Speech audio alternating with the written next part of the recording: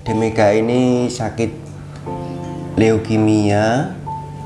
Gejala awal itu saya tahu seperti apa namanya, kayak kecapean biasa, timbul apa namanya, kayak ada biru-biru gitu, kayak terus apa kayak lebam gitu toh, terus kayak terus habis itu timbul kayak bercak merah kayak DB, hampir mirip sama DB, tapi dominan lama-kelamaan itu Meka itu apa ya, lama-lama pucet gitu loh.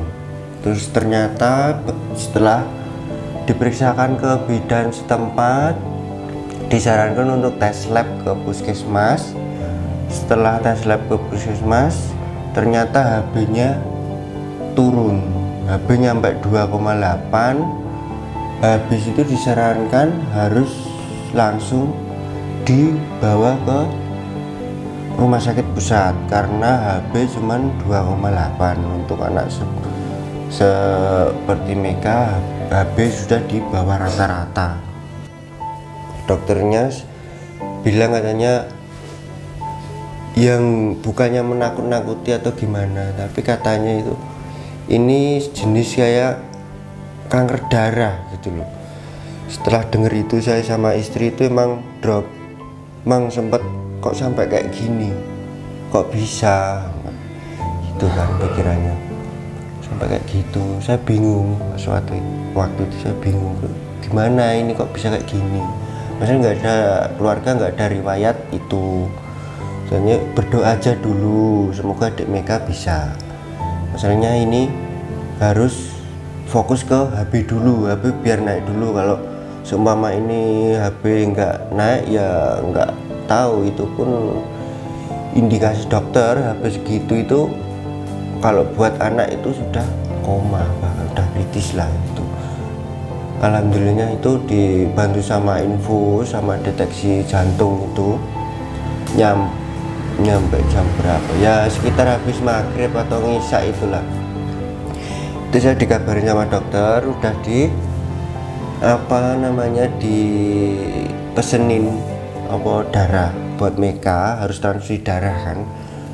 Itu kan harus dibawa ke Jogja kan, waktu itu ke Solo nggak bisa pas zaman ada COVID itu ya. Terus saya bawa ke rumah sakit transfusi darah. Habis transfusi darah saya nunggu lama, saya tanya sama perawatnya, gimana sus, apakah ada kemajuan, apa ada perkembangan sama Dek Meka, saya bilang gitu. Katanya berdoa aja dulu pak, belum bisa ngasih kepastian, pokoknya berdoa aja dulu. Tadi arahan dokter katanya sebenarnya mau dibawa ke Solo yang dekat karena kan harus ngejar waktu. Ternyata yang di Solo itu harus apa namanya, pesen kamar. Pas waktu itu kan masih ada COVID itu kan, masih parah-parahnya itulah. Pas di Solo itu dokternya mau booking kamar nggak bisa, maksudnya penuh semua. Terus pengobatan Meka kan harusnya apa ya namanya, disendiriin, jangan dicampur sama pasien lain gitu. Masalah gampang kena penyakit gitu loh ibaratnya. Itulah. Terus dicari info lagi, dapet di Jogja. Dokternya alhamdulillah dokter itu punya kontak sama dokter Jogja, biasanya yang dari situ langsung dilempar ke Jogja. Terus yang di Jogja, yang di Bethesda itu bisa booking kamar. Terus nyampe sana langsung masuk infus. Habis masuk infus, terus katanya dokter sana ini HB turun lagi. Pas dibawa ke sana itu saya belum sempet tanya dokter, wong masalah ibaratnya kayak administrasi itu aja. Saya di rumah sakit kan saya bilang, "Lah ini gimana bu, masalahnya saya nggak ada persiapan, terus gini-gini." Terus katanya saya bahas masalah itu administrasi di rumah sakit, katanya bisa tinggal dulu nggak apa-apa, yang penting anak Meka bisa ditangani dulu. yang di situ saya ninggal KTP dulu, yang di rumah ya terus gimana masalah biaya tanya gitu ya. Saya bilang kalau masalah biaya yang di Sragen kemarin saya konfirmasi, alhamdulillah bisa dibayar belakangan. Apa namanya, saya di sana tinggal KTP dulu, tapi KTP istri, masalahnya KTP saya buat daftar lagi yang di Jogja. Terus hanya yang di Jogja saya tanya sama susternya, katanya ini gimana masuk ruangan, saya posisinya belum ada persiapan gitu toh. Terus katanya nggak apa-apa Pak, berdoa aja anaknya semoga bisa bertahan, bisa sembuh lagi, sehat seperti semula. Yang penting ini ditanganin dulu, ini udah transfusi, terus semoga bisa mas THB anak mereka bisa bertahan. Ya drop lah mas, sebagai berarti pas itu pokoknya dokter itu pas awal ya tadi itu bilang itu ini ada kejanggalan di darah. Itu saya sudah kaget, itu saya drop. Ya Allah, kok nyampe kayak gini, ini apa? Pemikiran saya ini udah fatal, masalahnya di darah.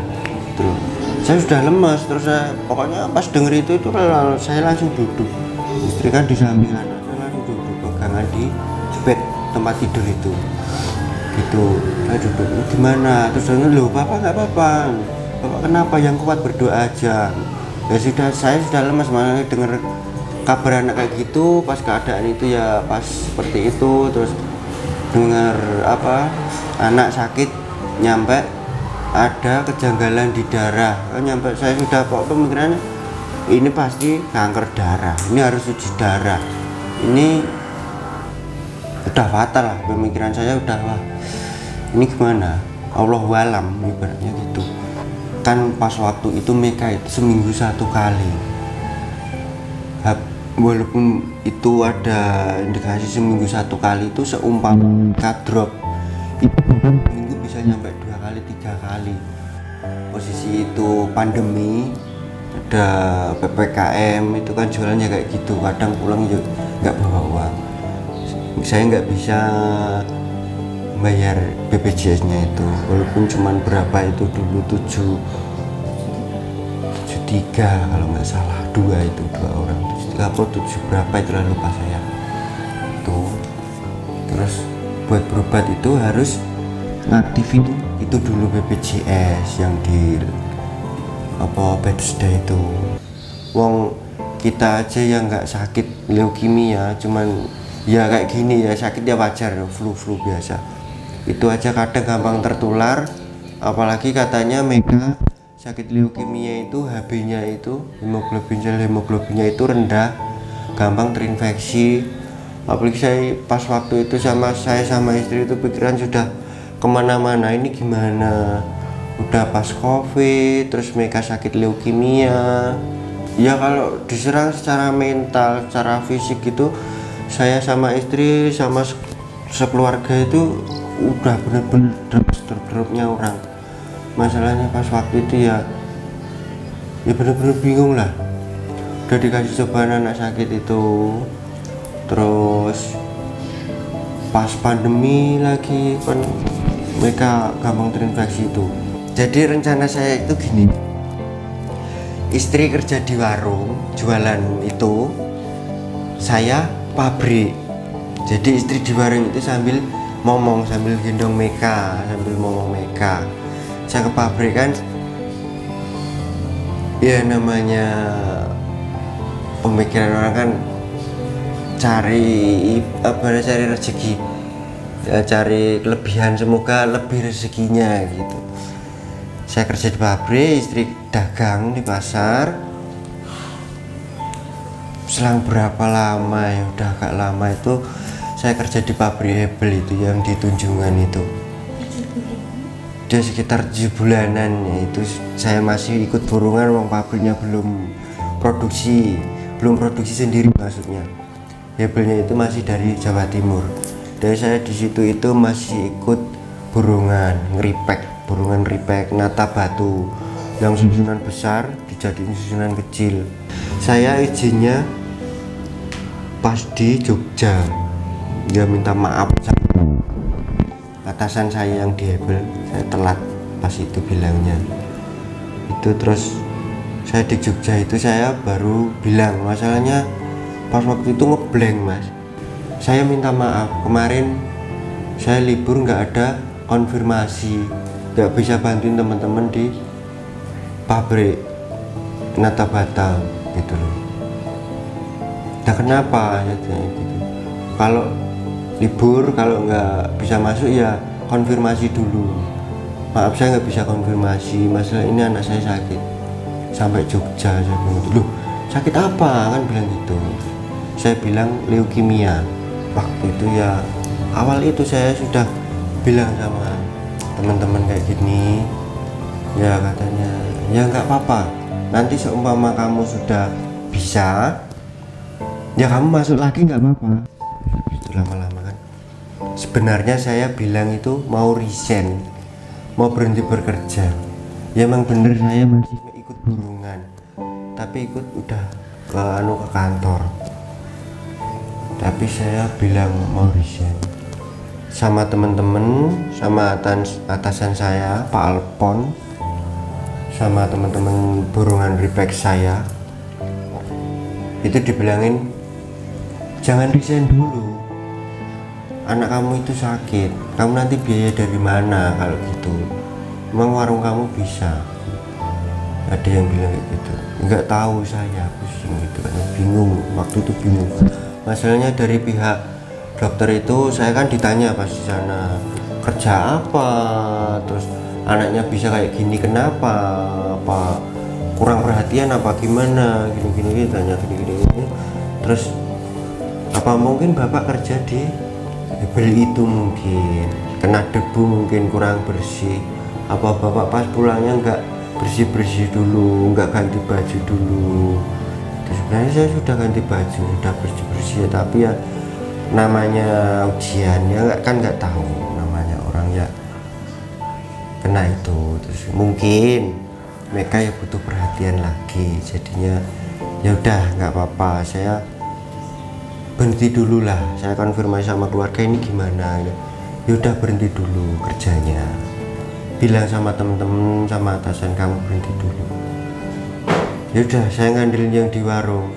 Ya harapannya ya namanya orang tua punya anak sakit ya semoga anak saya sembuh seperti sedia kala.